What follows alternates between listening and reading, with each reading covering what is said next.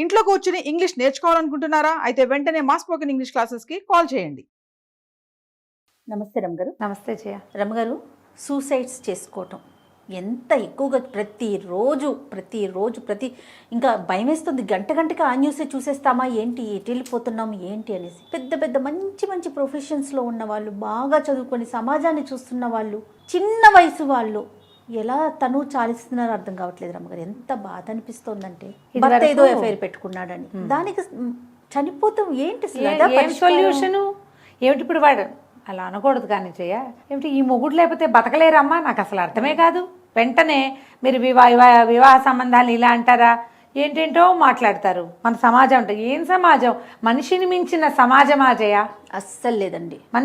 మనుషులు ఉంటే కదా మా సమాజం. అంతేగా.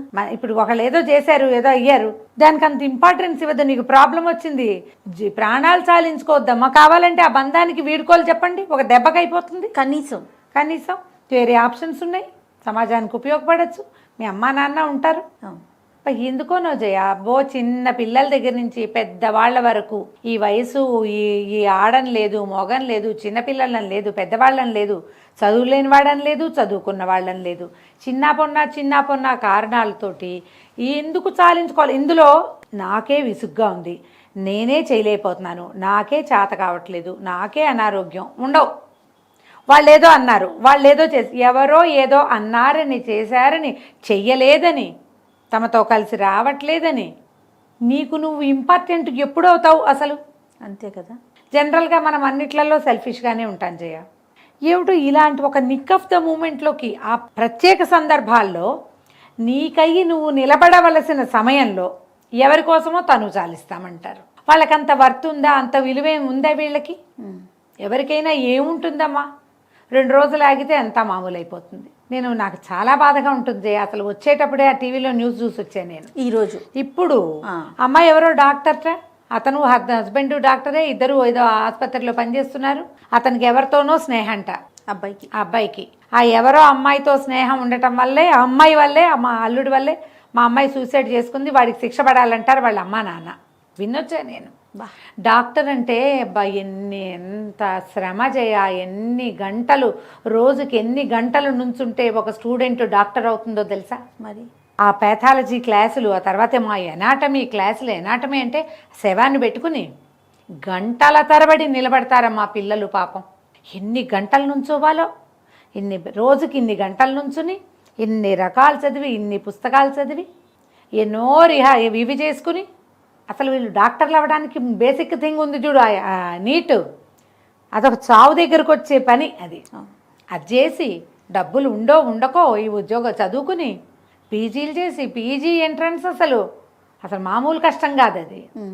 పగవాళ్ళకు కూడా వదిలేను అయినా ఈ చదువు అనిపిస్తుంది. వాళ్ళు చదివే చదువు చూస్తే ఇంత కష్టపడి ఏమిటో చదువుకుని 100 మందికి ఉపయోగపడతాం మనం బతికుంటే అన్న ఆలోచన లేకుండా అబ్బాయి ఏదో చేసాడు, పోలీస్ రిపోర్ట్ ఇరికిచ్చు, డివోర్స్కి వెళ్ళు, పరువు తీసి రోడ్డు మీద పెట్టు, ఎన్ని రకాలుగా చేయొచ్చు. ఇప్పుడు నేను సలహా చెప్పట్లేదమ్మా, ఆ మిగిలిన వాళ్ళకి సలహా చెప్తున్నాను అనుకోకండి. ఒక అతను తప్పు చేస్తే నైతికంగా ఒకడు పతనమైతే వాడిని రోడ్డు మీద పెడతావా? ఆ పతనమైపోయిన వాడి కోసం నువ్వు ఎక్కడో గంగలో దుక్కితే అమ్మా నాన్న అన్యాయం అయిపోరమ్మా. మరి ఇంత చదువు వృధానా? నేషనల్ వేస్ట్ కాదు ఇది, భారతదేశానికి నష్టం అమ్మా ఇది. ఒక డాక్టర్ పోవటం అంటే వాళ్ళ చదువుకి ఎంత ఖర్చు అయింది, ఎంత సమయం, ఎంత వయసు, దాని మీద పాపం ఎన్ని సరదాలు మానుకుంటారోనమ్మా ఈ చదువు కోసం. అన్నీ మానుకుంటూ చచ్చేలా చదివి ఎన్ని త్యాగాలు చేస్తారు, ఎంత కష్టపడతారో. అసలు ఆ డెలివరీల గైనకాలజిస్టులు వాళ్ళు వాళ్ళకి నిద్ర ఉండదు, భద్ర ఉండదమ్మా. రాత్రి పగలు ఉండదు, ఎంత కష్టపడతారు. ఎవరి కోసమో వదిలేయటం ఏమిటి? వాడిని వదిలేయచ్చుగా అసలు. అంతే కదా. అతను ఎందుకు వదిలేయకూడదు? ఈ అమ్మాయి పర్టికులర్ కేసు అని మాట్లాడటలా. ఒకటితోటి ఏదైనా మనకి సమస్య ఉంటే నయానో భయానో చెప్పు, పెద్దవాళ్ళని కూర్చోబెట్టండి, అవలేదు, అడ్వకేట్ని కూర్చోబెట్టండి, అవలేదు, అని వదిలేయండి. వాళ్ళని వదిలేస్తే సరిపోతుందిగా. ఈ జీవితాలు వదిలేసుకోవటం ఏమిటమ్మా? ఎందుకు ఇంత చాలించాలి? ఈ చదువుకున్న ఆడపిల్లలు కూడా ఇలాంటి మూర్ఖతకి ఎందుకు? ఒక కష్టంగా ఉంటుంది జయానే, కాదని అన్ను, భలే నొప్పిగా ఉంటుంది. మనతో పాటు ఉన్నవాడు ఇంకెవరి అట్రాక్షన్లోనో పడ్డాడని, వాళ్ళ ఆకర్షణకి లోనై నన్ను నిర్లక్ష్యం చేశాడంటే మనసు చాలా దెబ్బతింటుంది. అభిజాత్యం దెబ్బతినేస్తుంది, మన అహం మీద దెబ్బ. దీన్ని తట్టుకోవటం కష్టమే, కానీ దానికోసం ప్రాణాలు అయితే వదిలేయక్కర్లేదు. ఇంత పనులకి దిక్కండమ్మా బంగారు తల్లులు. ఏదైనా సమస్య వస్తే, ఇంతకంటే పెద్ద పెద్ద సమస్యలు ఉన్న వాళ్ళు బోళ్ళంతమంది బతికి జీవించి చూపిస్తున్నారు. ఏం కర్మమ్మా, ఇంత చదువుకొని చదువు లేదు, సంధి లేదు, డబ్బులు లేవంటే పోనీ ఏదో చేసాం. అన్నీ ఉన్నాయే, మరి అన్నీ ఉంటున్నాయి.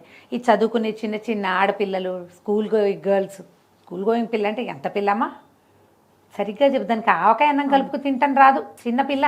ఈ ఇంటర్మీడియట్లో ఫెయిల్ అయిపోవటము, లేకపోతే ఏదో సెట్ రాలేదు, నీట్ రాలేదు, ఎంసెట్ రాలేదు, ఇంకోటి ఏమిటో రాలేదు. ఈ ఏడాదికి రాకపోతే వచ్చే ఏడాదికి రాదు, వస్తుంది కదా. వస్తువులు, తమ అనుకున్న వస్తువు, ఫోన్లు లేవని కూడా పిల్లలు సూసైడ్ చేసుకుంటున్నారమ్మా. అవును రమ్మగారు. అడిగిన ఫోన్ కొనలేదని, రిమోట్ కోసం సూసైడ్ చేసుకున్న పిల్లని కూడా చూసాం. వాటి కోసం కొట్లాడుకోవటం, ఎక్కడా కాంప్రమైజ్ కామనుకోవటం. ఎక్కడ కాంప్రమైజ్ అవుతారు? జీవితాలు సాధించే దగ్గర కాంప్రమైజ్ అయిపోతున్నారు. నేను అనుకుంటా జయ, ప్రతి స్కూల్లో ప్రతి సంవత్సరం ఒక 5వ క్లాస్ 7వ క్లాస్ నుంచి మొదలుపెట్టి ప్రతి స్కూల్లోనూ, ప్రతి క్లాస్కి, ప్రతి కాలేజ్లోనూ, ప్రతి ప్రొఫెషనల్ కాలేజీలోనూ పిల్లలకి ఈ జీవితాలు సాధించకూడదు అని పాఠాలు చెప్పేది ఒక్క క్లాస్ అయినా ఉండాలి నెలలో. జీవితం యొక్క విలువ, అదే జీవితపు విలువని తెలియజేసేలాగా నీకు నువ్వు ప్రాముఖ్యత ఇచ్చుకో. బతికుంటే బలుసాకు తినచ్చు, బతికుంటే ఇంతకంటే అద్భుతమైనది ఇంకొకటి లభిస్తుంది. ఉండాలిగా ముందు మనం, అంతే కదండి. ఇవి నేర్పాలేమో అనిపిస్తుంది. ఖచ్చితంగా అలాంటి అవసరం పడుతోంది రమ్మగారు. చాలా ఇద్దరు పిల్లలు, ముగ్గురు పిల్లలు ఉండి వాళ్ళతో భర్తలతో ఏదో సమస్య రాగానే పిల్లల్ని చంపేస్తారు, వీళ్ళు చచ్చిపోతారు. అవునండి. పిల్లలు తోసేయటం, తల్లి చచ్చిపోతుంది, పిల్లలు బతుకుంటారు. లేదా పిల్లలు చచ్చిపోతారు, తల్లి పిశాచి బతికే ఉంటుంది. రాక్షస పుటక, ఏం పుటకో దాని పుటక, బతుకుంటారు.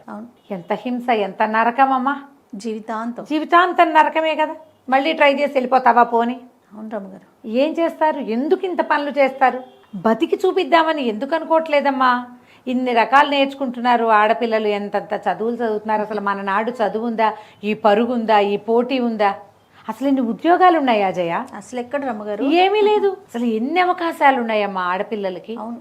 పైగా సెకండ్ మ్యారేజ్ తప్పు కాదు మన సమాజంలో, థర్డ్ మ్యారేజ్ కూడా తప్పు కాదమ్మా.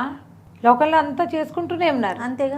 ఇది కాకపోతే ఇంకొకటి, నువ్వంటూ ఉంటే ఏదో ఇంకొకటి, నువ్వే లేకపోతే ఇంకా 1 లేదు 2 లేదు. అంతేగా. ఆ పేరెంట్స్, ఆ కజిన్స్, మీతో ఉన్న సమాజం అంతా కుదేలైపోతుంది కదా. మరి ఎందుకు ఈ ధ్యాస ఉండటం లేదు? ఏదైనా ఇబ్బంది వచ్చినప్పుడు ఎవరితోటైనా మాట్లాడచ్చు కదా. మీ ఇంట్లో వాళ్ళతో మాట్లాడుకోలేరు, చిన్నతనం. థర్డ్ పార్టీని చూడండి, ఎన్ని అవకాశాలు వచ్చాయి. మాతో కూడా మాట్లాడచ్చు కదా. అంతే కదా. ఎవరో ఒకళ్ళతోటి మాట్లాడి దీని నుంచి తప్పించుకునే మార్గం ఏంటంటే ఈ సూసైడల్ ఐడియాస్ వస్తాయి జయ. ఇవే కాదు, అప్పులు, బాధలు, కనీస అవసరాలు తీరకపోవటం, ఏదో తెలివిగా చేస్తున్నాం అనుకుని ఎక్కడో బొక్కబోర్లా పడ్డం, మోసపోవటం, అవమానపడ్డం, డబ్బు చాలదు, ఎక్స్ప్లాయిట్ అవుతుంటారు. ఒక్కొక్క చోట ఎవరో వీళ్ళని ఎక్స్ప్లాయిట్ చేస్తారు. ఇలాంటివి వస్తాయి. ఏదొచ్చినా సరే మరణం దేనికి సొల్యూషన్ కాదు. అంతే. మీతోటి నాకు తగ్గిపోతుంది ఇది అని అనుకుంటే గనక మీ అంత స్వార్థపరులు ఇంకెవ్వరూ లేరు. మీ ఒక్కరితోటి తీరదు. మీరేదైనా ఇలాంటి పని చేస్తే మీ మొత్తం సమాజం అంతా మీద ఈ ముద్ర ఉంటుంది. అంతే. మీరు ఒక బ్యాడ్ ఎగ్జాంపుల్గా ఉంటారు. నువ్వు చాలించినట్టే ఇప్పుడు నువ్వు బాగా చదువుకున్నావు, నిన్ను చూసి మీ కజిన్ సిస్టర్స్ అందరు ముందుకు వస్తారు, ఎగ్జాంపుల్గా తీసుకుంటారు. ఇప్పుడు నువ్వు ఇలా దూకావు, అక్కడికి హతమారిపోయావు, ఇంకా లేవు, ఇక నీకు లేదు ప్రపంచం. నీతో పాటు వీళ్ళందరి ఆశని పాడు చేయలేదు. సరిగ్గా ఆలోచించండి. ఏదైనా సమస్య వస్తే బట్టబయలు చేసుకోండి, దాన్ని 10 మందికి చెప్పండి, 10 రకాల ఐడియాలు తీసుకోండి, లేదా ఒక్కరికైనా చెప్పండి. వాళ్ళు మిమ్మల్ని సరిగ్గా గైడ్ చేస్తారు. కొద్ది రోజులు గ్యాప్ తీసుకోండి, ఎక్కడికైనా వెళ్ళండి. ఈ రొటీను దైనందిన జీవితం విసుగ్గా ఉండి ఇందులో నుంచి బయటపడలేమనిపిస్తే దారి మార్చుకుంటే సరిపోతుంది. అంతే. ఆ అవకాశం ఎందుకు తీసుకోరు? ఈ అవకాశమే తీసుకుంటారు ఎందుకు? ఇందులో మళ్ళీ మగవాళ్ళ దౌష్ట్యాలు, మగవాళ్ళవేవో అలవాట్లు, వాళ్ళ పద్ధతులు, మధ్యలో వాళ్ళ తల్లులు, వాళ్ళ చెల్లెళ్ళు కూడా చేరుతుంటారు. ఉద్యోగాలు, జీతాలు సరిగా ఇవ్వకపోవటాలు, తాగుబోత్తనాలు, ఎన్నో ఉంటాయి. ఏమున్నా జీవితాన్ని మించింది ఏదీ కాదు. మన జీవితమే ఇంపార్టెంట్. మనం కనుక పిల్లలుంటే మరి మన పిల్లల పరిస్థితి మరి ఏమైపోతారు? వాళ్ళు ఈ తల్లి మధ్యలో చాలించుకున్న కష్టాన్ని ఓర్చుకోలేరు. పైగా ఏదైనా ఒకటి జరిగితే జయ డైరెక్ట్గా దీనివల్లే ఇది అని తెలియదు. ఇప్పుడు మనకు జ్వరం వచ్చింది, పారాసెటమాల్ వేసుకున్నాం, గంటలో ఒళ్ళకి చెమటలు పెట్టినాయి, నీకు క్లియర్గా తెలుసు పారాసెటమాల్ వల్ల నీకు జ్వరం తగ్గింది కదా. ఎవరైనా మరణిస్తే ఈ ఒక కారణమే అని చెప్పగలమా జయ? అస్సలు. ఇవాళ ఒకటి చెప్తారు, రేపొద్దున న్యూస్లో ఒకటి వస్తుంది, ఎల్లుండి పొద్దున యూట్యూబ్లో ఇంకొకటి వస్తుంది. 4 రోజుల తర్వాత ఫేస్బుక్లో ఇంకో కొత్త నిజం నీకు తేలుతుంది. వీటన్నిటి మీద అన్నిటి ప్రభావము పిల్లల మీద ఉంటుంది. నెగిటివ్ ఇంపాక్ట్ వచ్చేస్తుంది కదా రమ్మగారు, చాలా వచ్చేస్తుంది. మీరు వదిలిపెట్టిన ఈ బురద కాళ్ళ మచ్చలు, మీ అడుగుజాడలు, అవి మీ పిల్లలు మోసుకోవాల్సి వస్తారు. ఆలోచించండి, తొందరపడద్దు.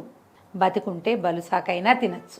ఎంత చేతులు కాలినా మళ్ళీ గ్రాఫ్టింగ్ చేయించుకోవచ్చు, మళ్ళీ కొత్త జీవితాన్ని మొదలు పెట్టచ్చు. ఒకసారి చాలించాక ఇక మనం చేసేదేం లేదు. నువ్వు వెళ్ళిపోతే నీ వెనకాల ఉన్న ఈ గుర్తుల్ని, ఈ మచ్చల్ని, ఈ బురదని, ఈ బాధని, ఈ కష్టాన్ని, కుంగుబాటుని మీ సమాజం మీద రుద్దేసి వెళ్ళిపోతారు మీరు.